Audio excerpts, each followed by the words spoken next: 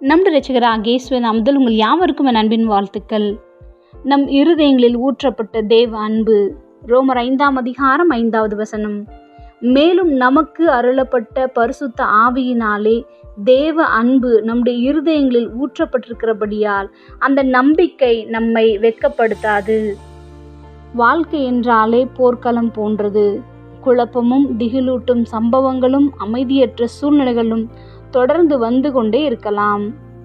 அவரவர்க்கேற்ப தினமும் போராட்டம் வரும். ஆனாலும் நாம் தேவனோடு போர் செய்ய வேண்டுவதில்லை. இன்று நம்முடைய தேவனுக்கேற்ற விசுவாசத்தை உடையவர்களாவோம். துன்மார்க்கமாய் வாழ்ந்த நம்மை நீதிமான்களாக்கியுள்ளார். தெருவில் பசியோடு உணவை தேடி அலைந்த நாய் ஓரிடத்தில் அநேக நாய்கள் ஒன்று கூடி விருந்துண்பதை பார்த்துவிட்டு தனக்கும் அங்கு ஏதாவது கிடைக்கும் என்ற எதிர்பார்ப்போடு உள்ளே சென்றது. எலும்பும் தோலுமாக காணப்பட்ட அந்த தெரு நாயிடம் இன்னொரு நாய் வந்து அதனிடம், உன்னை எங்கேயோ பார்த்த மாதிரி இருக்கிறதே என்றது. ஓ, நீ நம்ம ஏரியா தானே என்றதும் ஆம் என்று சொல்லிற்று. நீ மட்டும் எப்படி தெருவில் பிறந்தாலும் உன்னை இவ்வளவு நல்ல கவனித்துக் கொள்கின்றார்கள் என்று கேட்டதாம் தெரு நாய். அதற்கு அந்த நாய், ஒரு நாள் என் எஜமானின் மகளுக்கு என்னை மிகவும் பிடித்து போனது. அவர்கள் வீட்டிற்கு என்னை தூக்கி கொண்டு சென்றனர். நான் இருக்கும் இடத்தில் சாப்பாடு, தண்ணீர், அருமையான பாதுகாப்பான வீடு, நீயும் என்னுடன் வந்துவிடு என்றதும் அதன் எஜமானர் அருகில் வந்து கழுத்தில் கட்டப்பட்ட பெல்ட்டோடு இணைந்த அந்த சங்கிலியை இழுத்தார். அப்பொழுதுதான் தெருநாய் தன் நிலையை உணர்ந்தது.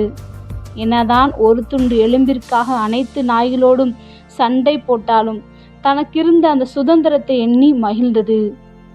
ஆம், கர்த்தருடைய பிள்ளைகளே, தேவனுடைய கிருபைக்குள் நம்மை கொண்டு வந்திருக்கிறார். நமக்கு ஏற்படுகிற துன்பங்களும் நாம் ஏன் ஒவ்வொரு முறையும் அதை நினைத்து நாம் மகிழ வேண்டுமென்றால் அத்துன்பங்கள் தான் நம்மை பொறுமையுடையவர்களாக மாற்றுகிறது. பலம் உடையவர்களாக முழு நம்பிக்கையோடு இயேசுவை சார்ந்து கொள்ள செய்கின்றது. பரிசுத்த ஆவியினாலே நமது இருதயத்தில் நிறைவான அவருடைய அன்பை பொழிந்திருக்கிறதை நாம் அறிந்து கொள்ள முடியும். அது நம்மை ஒரு நாளும் ஏமாற்றாது, தோற்க விடாது. இதை நாம் விசுவாசித்து தொடர்ந்து நாம் பயணிப்போம். ஜெபம். அன்பின் பரம தகப்பனே, எப்பொழுதும் எங்களோடு கூட இருக்கிறவராகவே இருக்கிறவரே, எங்கள் இருதயத்தில் ஊற்றப்பட்ட உடைய தேவ அன்பிற்காக நன்றி செலுத்துகிறோம். இயேசுவின் நாமத்தில் பிதாவே, ஆமென்.